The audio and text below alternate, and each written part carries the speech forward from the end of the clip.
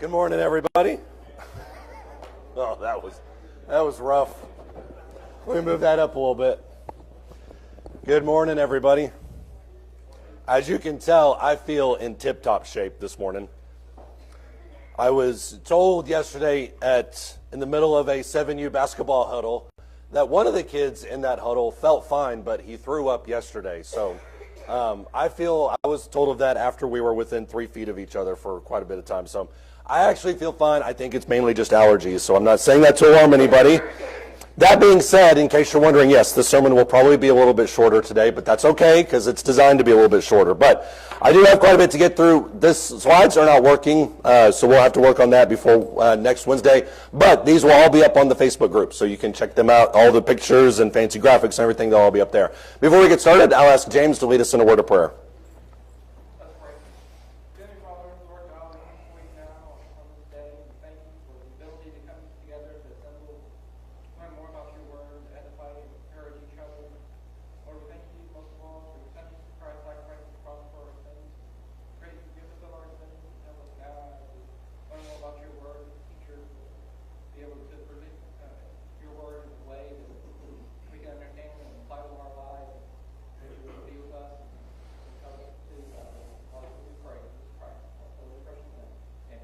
Amen. Thank you. Look in John 18. That's where we're going to be to start off this morning. We're going to try to keep this predominantly in the Gospel of John because that's the discussion that is mostly, I don't even know why I'm holding this. That's predominantly the discussion between Jesus and Pilate, and that's where I want us to focus our attention this morning. I'm really bummed, actually. My throat is bad, and the screen's not working for this one because the confrontation with Rome, in my opinion, is probably kind of the highlight of the entire series. The Jewish issues, obviously, we talked about those at length the last 2 weeks, Annas and Caiaphas. The discussion with Pilate, though, is interesting because most of the Gospels depict the conversation between Jesus and Pilate as being kind of one-sided. Pilate's kind of trying to keep his distance to the whole thing. Pilate, on the other hand, in the book of John, has a whole discussion for him. And so I want to kind of focus in on that as we look at that this morning. As we've talked about in the last couple of weeks, the world is just kind of waking up at this point. I think oftentimes when you look at this scene with Jesus and Pilate, as it's depicted, it's seen as being midday or in the early morning sometime. This is really early morning. The sun is probably not even up at this point. Pilate, as I mentioned last week, has probably not even had his first cup of coffee. So this is a very ideal scenario for the Jews who are trying to get him on the cross as quickly as possible. Not ideal for Jesus in his defense, but obviously, as we've discussed, it was all part of God's plan. But let me ask you this question, as I think sometimes this gets lost in the shuffle too. If the Jews had already convicted Jesus of blasphemy, and blasphemy is a crime punishable by death under the old law, why is it that they need Pilate? Why do they need Pilate? Curtis, go ahead. Although they have the court to deal with their own issues with, according to their law, the final sentencing of death is only comes from Rome.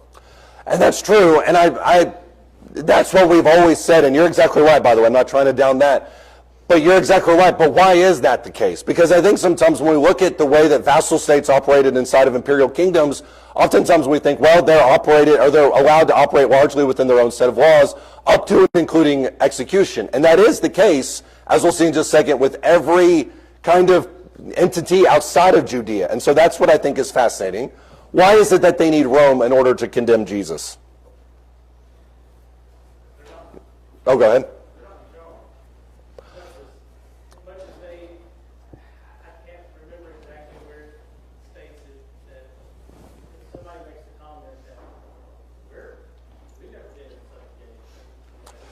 Yeah. That's in John 7, and you're right, that's when Jesus is talking about how you guys are slaves of sin, you're slaves of this thing. They're like, well, we've never been enslaved to anybody. And technically that's true. What they're in, the state that they're in at this point, is not a system of subjection as much as it is dominion and oversight. And that's kind of a thing that really came in vogue within the 500 years around this time period. And so it's not an unusual scenario, but you're right, they're not in charge. Ken? We need to go back to what the chief priest said, is one needs to die so that they won't come and take our nation away from us. Right, and I think what you mentioned there... Right, and what you mentioned there is the idea that there's cooperation between Judea and Rome. That's this, and that's really the last couple of weeks that we've tried to get this kind of point across, is the idea that they're all walking a tightrope in regards to this. They want him dead. The Romans don't really care. Jesus' followers are obviously adamant for him. So how do you accomplish this type of goal when it's not really legal to do so? And so I think that's really the issue. Go ahead. Also, I mean, the trial was really unjust and a mock. Yeah. They needed some legitimacy to make Right. the charge stick and get what they wanted. Right, and I think that's a little closer to where we need to be at in this discussion, because legitimacy is kind of the X factor in this whole thing. You can kill him, but how do you legitimize it? Because as we'll see in a few weeks when we talk about the persecution of the disciples on the back end, that there's no legitimacy to that. So how is that allowed to fly when this is obviously not? More than likely, if they probably killed him, Rome would come after them just because they overstepped their bounds. You say that, and you're probably right, and maybe in regards to this. Yeah. Right. But I think, once again, it's this balance between you're allowed to do what you want, but we still need to have oversight. Look in John chapter 18. Everybody's kind of hit around this, but I think this is kind of the verse that kind of summarizes all of it. John 18, verse 28. They led Jesus from Caiaphas into the praetorium, and it was early, and they themselves did not enter in the praetorium, that they would be defiled, so that they might eat the Passover. I think John puts that little bit of irony in that on purpose. Verse 29, therefore Pilate went out to them and said, what accusation do you bring against this man? They answered and said to him, if this man were not an evildoer, we would not have delivered him to you. So Pilate said to him, take him yourselves and judge him according to your law. The Jews said to him, we are not permitted to put anyone to death, to fulfill the word of Jesus which he spoke, signifying by what kind of death which he was about to die. This conversation is interesting because the Jews roll up to Pilate and they say, we want to punish this man. Pilate says, we'll punish him according to your own law, assuming that they already have the authority and the right to do this. They come back with, well, we don't have the ability to put him to death. And he's exactly right on that. That power was taken from them, and we'll talk about here in just a second, by a very specific instance. But the larger issue surrounding this is kind of the dominion of Israel by itself. We talked about in our Bible geography class, and by the way, I apologize for how horrible my voice sounds. I know it's probably painful. But we talked about in our Bible geography class the difference between senatorial provinces and imperial provinces.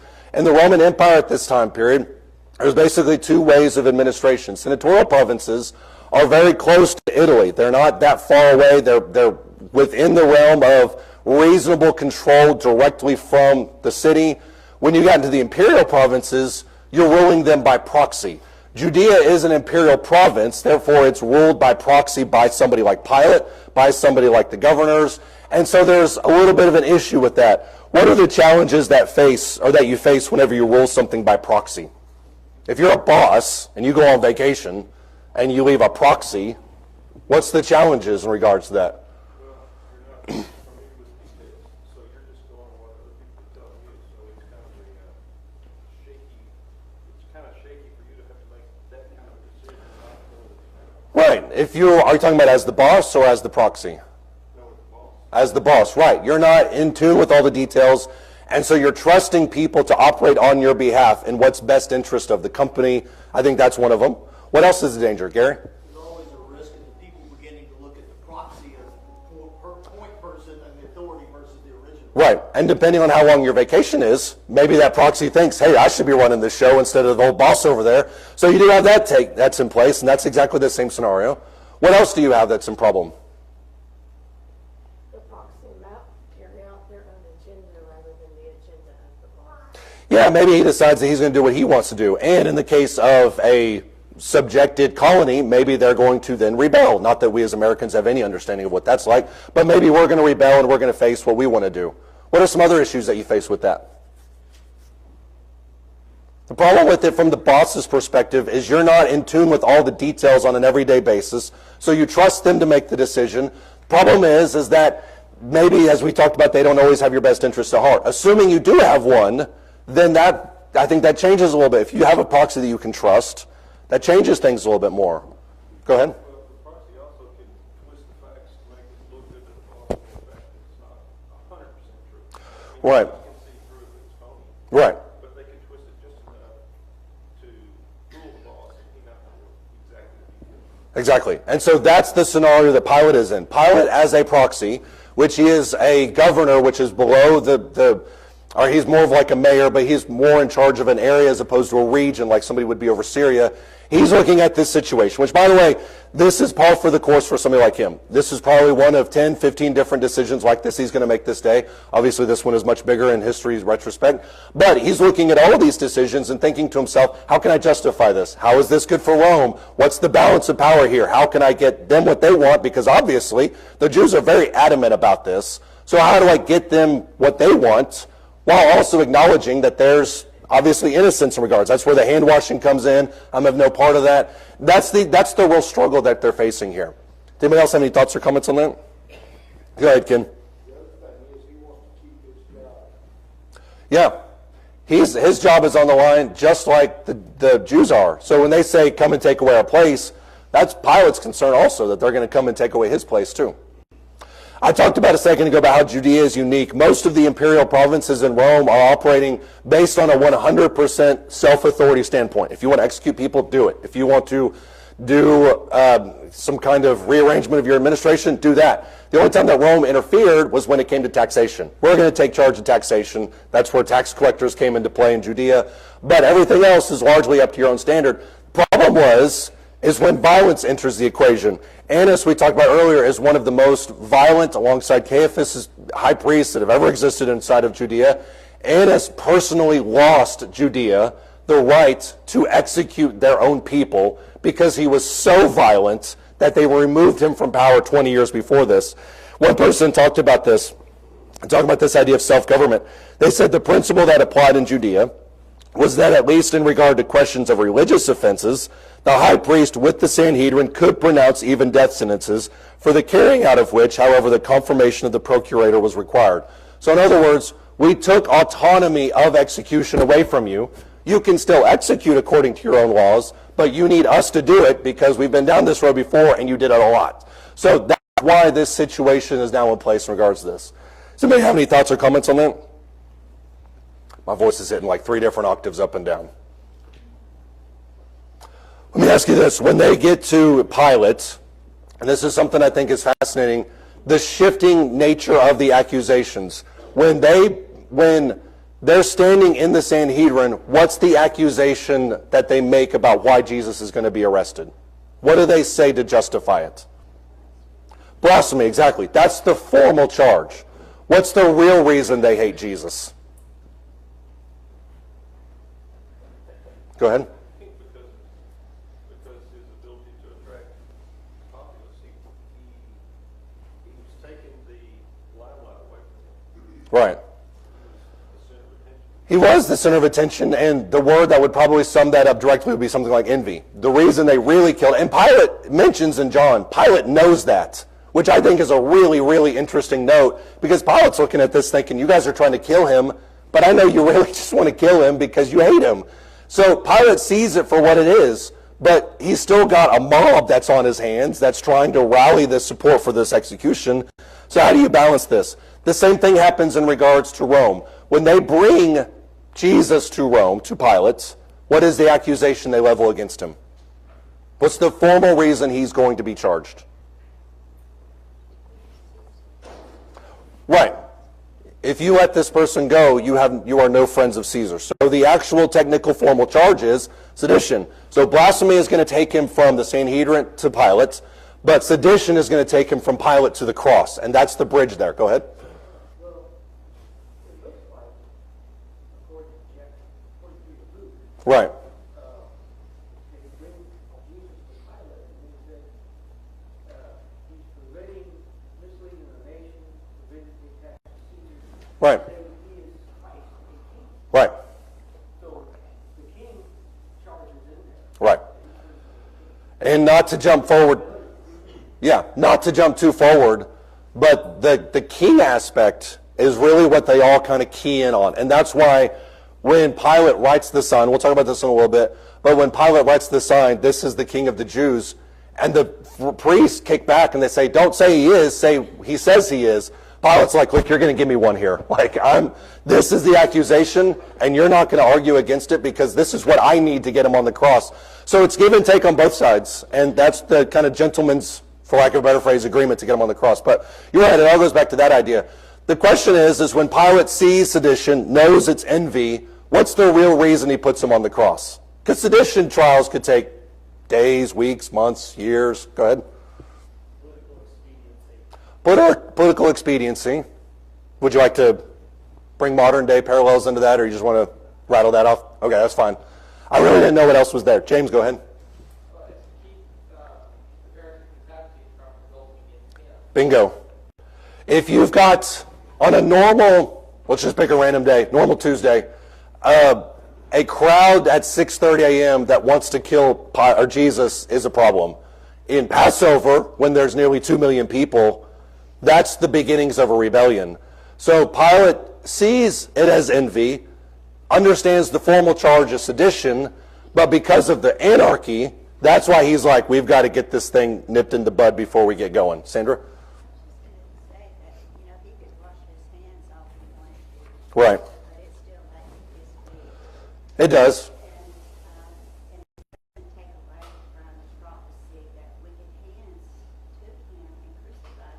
Right. But it was all God's plan, like Peter preaches in Acts, a predetermined knowledge of God. Right. That all of this took place. Right. And it was, they were all good. It is, and this all goes back to what we talked about the week one, which was Jesus was executed exactly when he knew he would be executed. I mean, it all goes right in where he knew it was going to happen. None of this is a surprise to him. So you're right. And part of this, too, is when you look at the way the Gospels frame it, there's been lots of accusations through the years of saying, well, the Gospels are framing this as an anti-Jewish rhetoric, and Pilate gets off scot-free. That's opposite when you look at early Christian writers. They blame Pilate to the nth degree. So everybody's to blame in this. It doesn't really matter what side of the aisle you come from. Go ahead. Also consider the apparent veiled threat that the leaders of the Jews were making against Pilate. Saying, Right. if you let this guy go, we're just going to get back to Rome to Caesar. Yeah. That you let the seditionists go. Right.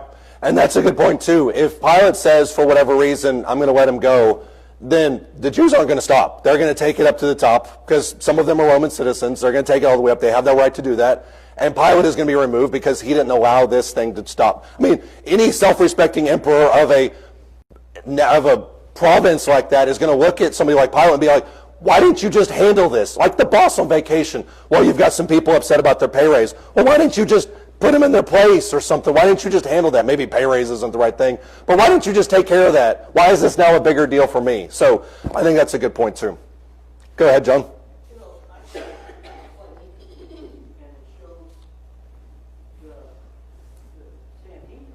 Mm-hmm. Because they dragged Pilate, Right. dragged Jesus to Pilate to get him executed. Right. But then when you come to Stephen, Mm-hmm. they drag Stephen out of the Sanhedrin, they drag him out, Right. and they start stoning him. They didn't go to Pilate and say, hey, we need Right. permission. Yeah, and that's different because Stephen was not a inflammatory figure in the same sense that Jesus was. But You got to have Roman authority to kill somebody. right. They didn't bother to mess with that. Right, and we'll talk about this in the last class because I have a whole class designed called Frequently Asked Questions by Me. So that's the last class. And it addresses some of these things that I think that we don't really have time to get into, at least in this regard, which one of them is, why is Jesus' apostles persecuted differently than he was? And the reason is they actually were. Like somebody like Stephen, who is an impromptu mob mentality, they're going to kill him. Somebody like Paul, on the other hand, they have an edict from Rome, they have an edict from the Sanhedrin, they chase him, they legalize the whole thing. But you also have kind of these de facto laws where we've got these rebellions, and that's how they're going to cite it. And so we're going to take them off to prison, kill them, and we're going to kind of just sweep it under the rug. So there's a difference in the way they approach it by how much you can legalize it. And that's really the problem that Pilate is facing in regards to this. Sandra, go ahead. Real quick, they also had a crowd that had just welcomed Christ Right. down, calling him their king. Right. And so they were also witnesses of his miracles. Right. They were believers of him as being the Son of God. They were on his side. So there was a whole crowd Right. of people that the priests and Pharisees were afraid that they would rise Right. against them. So they wanted to stand Right. And John really focuses in on that king aspect, because if you look at both conversations that Jesus has with Pilate, both before he drags him out and then after he drags him out, because once again, the Sanhedrin isn't meeting with Pilate. Pilate takes Jesus into his praetorium, meets with him, and then brings him back, then meets with him again, arguably. In both of those occasions in John, Pilate keys in on, so you're a king. Oh, you're a king. Well, why is he doing that? Because he's trying to legitimize the whole thing. You can argue that Pilate is seeking for truth. Maybe he is, maybe he isn't. But not at 6:30 on a Friday morning, he's not. So I think that's really the issue that we're struggling here. It all goes back to this central idea. When we talk about the formalization of these charges, sedition is the thing that they're going to put Jesus on the cross for. The problem is, once again, how do you define sedition? If somebody were to ask you, how do you define sedition, how would you define it?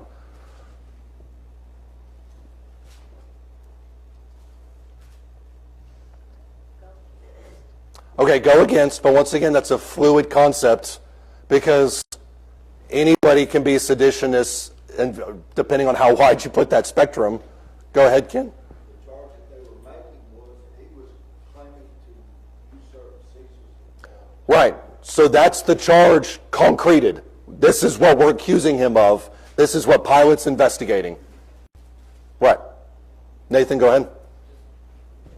It's against some lawful authority. Right. It is against some lawful authority, but once again, if you're a accuser, if you're a prosecutor, that definition isn't going to fly. And so it all has to be legitimized from front to back, but sedition needs to be the thing they nail him on. And I had a chart up here, and once again, I'll put this on the Facebook group, but there's 4 different factors if you're Pilate that you're kind of looking at to think, okay, how do you define sedition? The first one is testimony of Sanhedrin. This is not abnormal for somebody like Pilate in his position. He's looking for local leaders, local religious leaders, to kind of define what this is. For instance, does Pilate have any clue what blasphemy is from a Jewish perspective?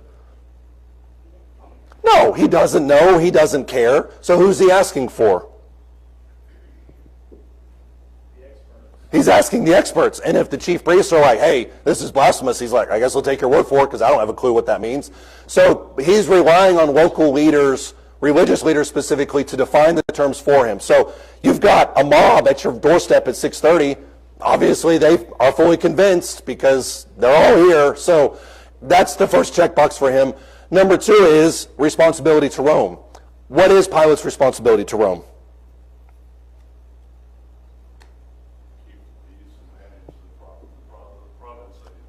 Right, just keep a lid on things. Like, that's all. We're not asking you, and that's one of the reasons why you have these procurators and governors that amass power for themselves, is because it's really not that hard of a job to just make sure you don't have a rebellion. Now, can you do more? Of course, and those are the really good guys. But 80% of them are just kind of filling a chair and making sure that nobody kills each other. Go ahead. Consider just a few days ago, from this point, that Jesus had entered Jerusalem with a king's welcome. And if that doesn't speak of, just a trigger to set them off rebellion. Right. They could have been afraid of that as well. Of course, they're losing their own Right. influence because they see people are following after Jesus. Yeah, that's true too. And so I guess you could add a 5th one, which is context. What is the context of this event? And is it about to blow up? Is it pretty chill? I'm trying to get the temperature of the crowd. So you got that too. The other part, the other 4th one, or the 3rd one that I can think of that's on the list is reputation appears. Pilate has to think about his reputation amongst people that are equal to him. Why is that important? Why should Pilate care about his reputation? His job depends on it, but why? If this is a political appointment, which is what it is. They'll be looking to take him out, maybe take it over themselves. Right. Regardless of the objective stance that Pilate takes, the perception from other people, just like it was with Annas, could be, well, he was too violent, or man, he's too lenient, or man, he's not handling this situation right. And so he has to think about his reputation among other people because he's worried about his job. So how can I handle this in a way that allows me not only to look at Rome and the Jews, but also my peers and say I did the best job with the information that I had at hand? So Pilate's worried about that. The other one is management of culture. If you're somebody like Pilate who's in charge of a region, it's one thing to have one very dominant religion inside your area. But he's not just dealing with Jews, that blanket term. He's dealing with Orthodox Jews. He's dealing with more libertarian Jews. He's dealing with Samaritans. He's dealing with a smorgasbord of all these different cultures. And every one of these cultures has their own approach to this specific problem. So how do I handle this in a way that keeps the blast minimal and appeases wildly different cultures? It's really quite a balancing act when you think about it from Pilate's perspective. Somebody have any thoughts or comments? Gary, go ahead. You know, all those things contributed to the revenue flow too, and that was another large responsibility. Right. That Rome was to keep that taxation flowing back. Right. That is the bottom line. Because, yes, do they care about peace, their empire? Of course. But the backbone of all of that is, can you pay your troops? Is people getting their cut? I mean, it's such a political, and nobody's in this room is naive about the nature of true politics, but money does play a central role in all of this. Go ahead. One of the historical things I read was the leaders of the Sanhedrin basically got a kickback Yeah. off of the czar, or whatever you want to call it, the people that vended inside the temple grounds. Right. And when Jesus attacked those people, they were attacking their pocketbook. Yeah. Well, and that's why Jesus flipping over the tables of the money changers was arguably the biggest flashpoint moment. Well, yeah, that's what I'm saying. He was attacking. Yeah. Trying to destroy, or basically did destroy, the money that was going to the leaders of the Sanhedrin. Yeah. There are so many ways to skim money off of that process. I can think of 4 off the top of my head. And so it's when Jesus attacks that, everybody's attention, they've got everybody's attention now. Go ahead. One of the things that I always found ironic is the way that they classified positioning in Rome to be applied to, for Jesus to be applied to them as well. Right. Because they put God over Caesar. This is the same way they're using Jesus as basically himself above Caesar. So you can use that same definition to get all of the Pharisees and Sadducees executed as well, because they did place something above Caesar. You could say that, but that being said, the Romans don't really care because Old Testament law, and this is something that the Jews did when Alexander the Great rolled up in Jerusalem. They said, you are ordained by God to be our leader. So if you're Cyrus, or if you're Alexander the Great or Caesar, and you roll into this place and you're like, I'm going to set myself up as the king, and they're like, well, actually, our God tells us that you're the king. He's like, great, God, glad we got that solved. So they don't care that the Jews place God above them, because that's where he's always been, and God authorizes them. So it really actually blends into their culture quite well. But you're right, if you're going to pin it on Jesus, you got to kind of follow that narrative. But Jesus point blank tells Pilate, I am a king. I don't know how you avoid that if you're Pilate. Now, that's really the problem there. Anybody else have any thoughts or comments? Go ahead, Levi. Recall the story of how Judas felt immense guilt after the betrayal, and he attempts to return the 30 pieces of silver to the Jewish leaders that had paid him off to betray Jesus. Right. Remember what their response was. We are innocent of this blood? Is that what you're talking about? They basically Yeah. see it as blood money. Yeah. We can't touch that. Because they're, I mean, and go your way, get out of our face. Basically. Yeah. They used him and were done with him. So, in that same vein of thought, do you suppose, is there any substance in the thought that, because even within the Jewish leadership, there was, not everybody was out against Jesus, right? Right. I mean, guys raised their hand and spoke up. It's like, hey, Yeah. this is from God. Nicodemus, Joseph Arimathea. How are we going to win going against this? Yeah. From man, it'll die away. We've seen it before, right? Right. That whole conversation happens. Do you think there's any substance in, if we take this guy to the Romans, Mm-hmm. if they kill him, we can, and it actually ends up being that we were wrong, we can pawn it off on them. It's like, oh, we didn't kill the guy. The Romans did. I don't know. I'd have to think about that. I haven't considered that because they just keep continually passing the buck. It's very possible that that's part of their reasoning was, we can't do it. That being said, they didn't have a problem killing anybody else under their own authority. So that would be the only caveat I would have to that.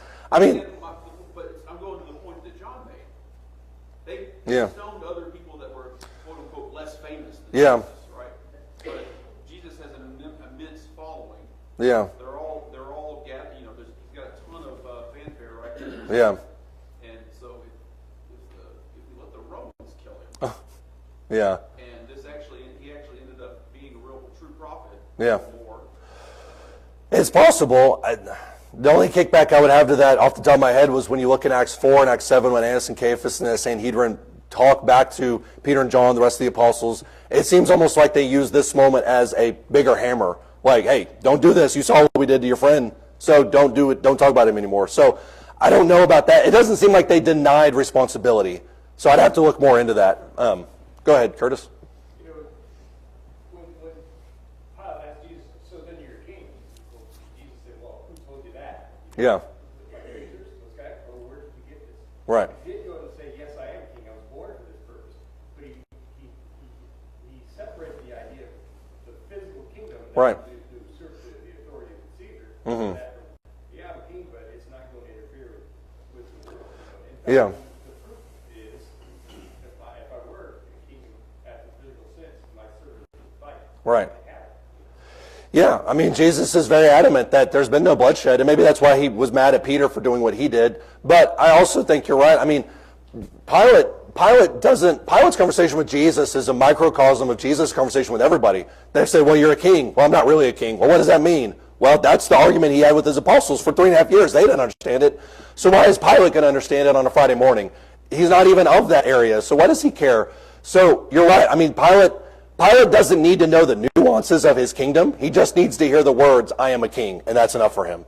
And was Pilate wrong in doing that? Yes. But was it expedient? Absolutely, because he got everything he needed, just like Caiaphas did. Think back to this. If you're going to justify sedition, and sedition has a multitude of different qualifying factors, how do you establish sedition? If you have all these different things, what's the tipping point where you say, that's sedition? Political expediency is a part of it. How do you go ahead? Or James, go ahead.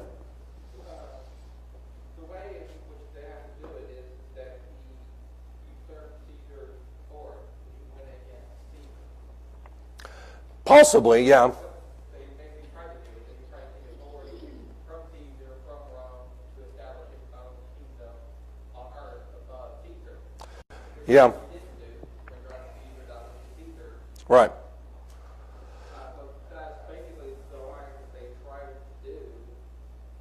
Well, keep in mind that Pilate tried to avoid responsibility with all of this. He ships him off to Herod Antipas, which is literally 3 blocks away, and says, maybe you deal with it, because he wants it to remain a strictly Jewish problem. Herod is he's not an equal with Pilate, but for all intents and purposes, he is in the moment. So he's trying to keep it Jewish. So he's trying to keep the two separate. So I don't know how much blending there is between the two. Well, that kind of is the problem because he never did anything by or under Roman law. Right. Sedition against Rome. Right. Which is why I said I find no fault in him. Right. Because under the Roman law, he never violated anything. That. He supported Roman authority. Yeah. Like that, to do the things within Right. his territory. Pilate, yeah, Jesus was spotless from start to finish, and he wasn't guilty of anything. Pilate says that. So you're right, there has to be some usurpation somewhere. Think about this. How do you establish in any court of law about anything, how do you establish guilt?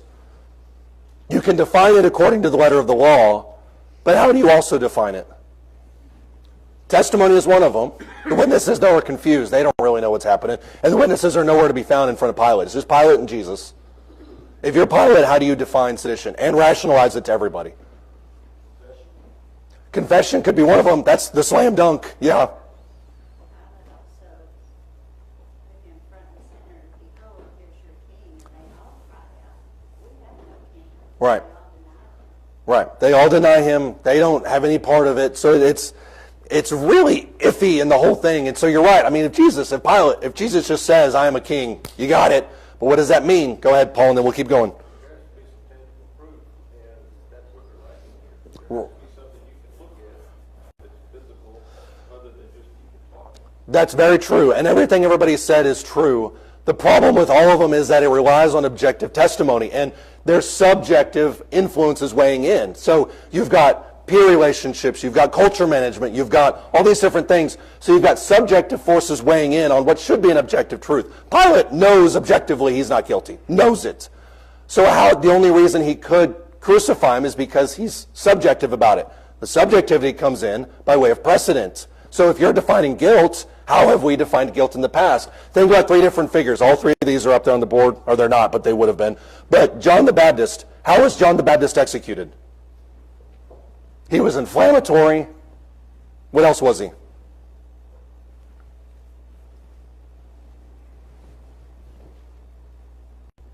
Ken, go ahead.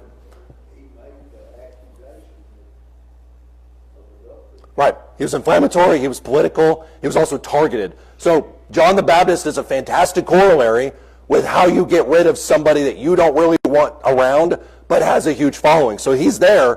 Think also to the 2 thieves. The 2 thieves are crucified with Jesus on the exact same hill, the exact same time. Both of those guys are probably brigands that dwelt around Jerusalem, that killed and probably robbed all these people that were on their way to the pilgrimage. Why do you kill them? There's no problem there because they don't have a following, but why do you kill them? There's tangible proof, but what kind of threat do they present? If you're Pilate, it's no question.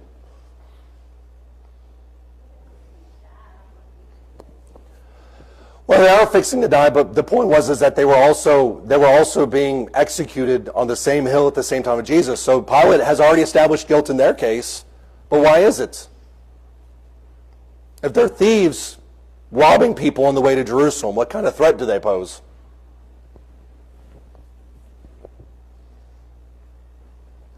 Threats against Roman citizens. And so there's no question when you factor in that there are threats against Roman citizens, Jewish people of that culture that are disrupting things, then you weigh in the fact that they don't have any following. Now you've got recipe for basically murder. You can kill them because that's what they broke the law. There's no question. There's no difficulty. Put them on the cross. Go ahead. Rome also needed to project the illusion that they were in full control. Right. You can't get away even with being a pickpocket because we have full control of this area. Yeah. 100% was strong-handed control of everything. Yeah. And so people who are habitually robbing people, well, we've got to stop that. Right. Then it looks like I said, anyone can get away with anything in broad daylight. Mm-hmm. You don't have the control of the area. Right. The criminals are everyday crooks. The fact that they're on a cross indicates that they posed a more serious threat than your average pickpocket, but also the fact that they probably killed somebody. So there's no question when you look at it objectively, they're wrong. They don't have a following. They don't pose a threat. We can neutralize them and execute them, and it doesn't really pose an issue. Barabbas is a whole other issue. Barabbas is the 2 thieves on steroids. Why is Barabbas released?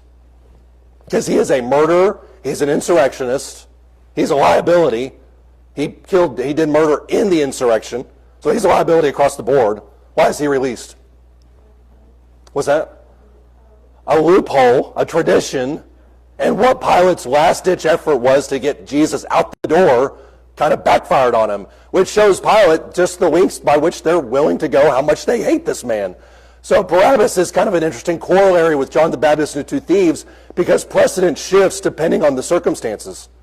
But the thing that tipped the scales is when the Jews said, if you release him, you're not a friend of Caesar. Right. It makes a charge that I don't know how Pilate could have refused. Right. No, Pilate. He's the king of the Jews, and you released him. But listen, if Pilate hears that about Jesus, that's one thing. But Barabbas is speaking the same garbage. Barabbas is an insurrectionist. He's a thief. He's a murderer. He is everything they accuse Jesus of. Keep going. But there would have been a bunch of people probably that would have fit Barabbas. Right. Jesus, they're making the charge. He is the king of the Jews. A direct threat to Caesar. Right. If he is the king, he's going to lead the Jews in an insurrection. Yeah. But Barabbas would have had somebody probably in mind for that role. Even if it wasn't him, he would have probably thought somebody else should be king. So Barabbas is a type of Jesus, but he's released based on expediency rather than Jesus or John the Baptist who are killed because they're just in everybody's business. Well, the Jews cared about Barabbas, that's why he's in prison to begin with. But they did not mind him being released if it meant getting Jesus killed. Does anybody have any thoughts or comments on that? Got a couple minutes left. Why does Pilate execute Jesus despite his evidence? Or innocence, sorry. Why does he execute Jesus despite innocence? Because he's already had one fail-safe with Barabbas, one fail-safe with washing his hands, all these different things. Why does he still kill him? They're two kind of nail in the coffins, if you will. Matthew records both of them. Curtis, go ahead. It seems to me that even there's such social pressure Right. by the Jews to make the base officers that were hired to yell out, crucify him. Right. He needed to keep it down. There's two factors. One of them in Matthew 27 says specifically that his wife came to him and said, look, don't have anything to do with this man. Which, yes, could you chalk it up to being a wife talking to her husband? Sure. But there's quite a bit of evidence that supports the idea that Pilate's wife was the granddaughter of the emperor. So if the granddaughter of the emperor is looking at Pilate saying don't have anything to do with them, that's going to carry some weight. James, go ahead. Well, like you pointed out earlier, Jesus did say that he was a king. Right. And if anyone claims, if he said, I'm not a king, I don't have a kingdom, I'm not a ruler, Mm-hmm. then Pilate would have had his out. Right. He refuted the charges. No one is standing up here saying, yes, he has authority over me as king. Right. He would have had his out. But because Jesus said, yes, I am a king, Right. not very good in the spiritual sense, Mm-hmm. then Pilate didn't have his out. He was standing before Caesar and saying, well, he denied the charge. No one came up to say, yeah, we're his followers. Right. And everyone who was supposed to, say that he's my king said, no, we're not. There has been. Right.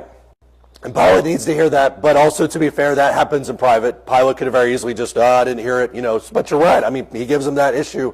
The other problem is in Matthew 27, and I think Matthew is the only gospel account that puts it, is he begins to see that a riot is forming. So if you've got a riot that is forming on your hands, you've got to do something, and you've got to do it quick. Nathan, did you? Okay. So Pilate needs to handle the situation. The only charge that he's got with him is what James talked about, which is that he claims to be a king. He says this. And that's why all four gospel accounts have Pilate asking Jesus, are you the king of the Jews? Three of those gospel accounts, Matthew, Mark, and Luke, have Jesus saying what? It's almost exactly what he said to the Pharisees and the Sanhedrin. It is as you say. The Pharisees and the Sanhedrin ask him, are you the Son of God? Are you claiming to be the Messiah? It is as you say. Well, are you the King of the Jews? Pilate says that. It is as you say. So he really only has this back and forth. He's got a charge. He can pinpoint it. He can justify it to everybody. That's why that's what he nails on the cross above Jesus and not anything else, is because that's the formal charge they can get him at. The question is, and this is not anything we can talk about in the next 20 seconds, but Pilate has a dialogue back and forth with him that shows that maybe there's some issue there. When Pilate asks the question, what is truth? Why is he asking that question? We'll find out really quick who the cynic is and who the optimist is. Go ahead. I think that he's referring to, there's so many different perspectives. What's the truth about the whole matter? Right. I don't know if that's a cynic or an optimist, but you're right. I mean, there's so many things out there. What makes you the authority on it? Yep, that's a good point. Why is Pilate asking that?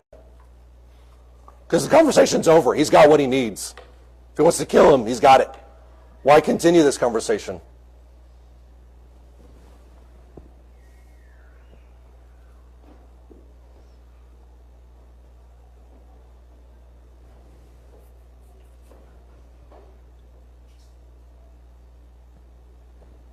I will now accept wrong answers. Go ahead, Shel. Yeah, it could be just to assuage his guilt. You could also argue that it's condescension. Pilate is pretty condescending towards Jesus. But you're right. Maybe he's saying, I don't know what you're talking about, and you're a crazy person, so we're just going to be done with you. It's possible that's part of it too. I think that's the real, if you're going to pull anything from this in terms of things that we can ponder and think about long term, that's really the issue, is why does Pilate continue to have this dialogue with Jesus when he's got the opportunity he needs to convict him and all these subjective forces weighing in on him, telling him to do what he believes he shouldn't be doing? Why does he continue this conversation with them? I think it's an interesting thought comment. James, go ahead. Well, I think part of it is he knows he's got the evidence, so he's basically looking to Jesus to go, I've already got you, you just go ahead and confess. Your defense of, I'm innocent is up. You just tell me the truth, that you have actually done these things. Right. Wait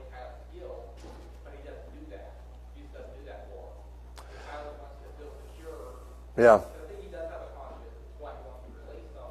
Right. He also wants to stay in power. So I think he wanted Jesus to absolve his guilt and say, well, yeah, I was lying before, I am actually guilty. Yeah, it's interesting. I think he is trying to assuage his guilt. The fact that the dialogue stops with what is truth in John 18:38 symbolizes from the text that this is something that is a breaking point. So we're just done with it. But Pilate in John 19 is still very disgruntled about the whole thing. So why is he still going, Gary? I feel like he feels conflicted, like, there's so many versions of the truth, we can make the truth whatever we want. The Jews have the truth, I technically have the truth, like Rome, Yeah. have the truth, truth's whatever we want to be, Right. so I'm absolved. Exactly. And it's also dismissive, absolving in that sense, because you're on trial for insurrection and envy. They hate you, and you're here talking about truth. What even is that? So it's a struggle. All right, we'll pick up with the scourging next week.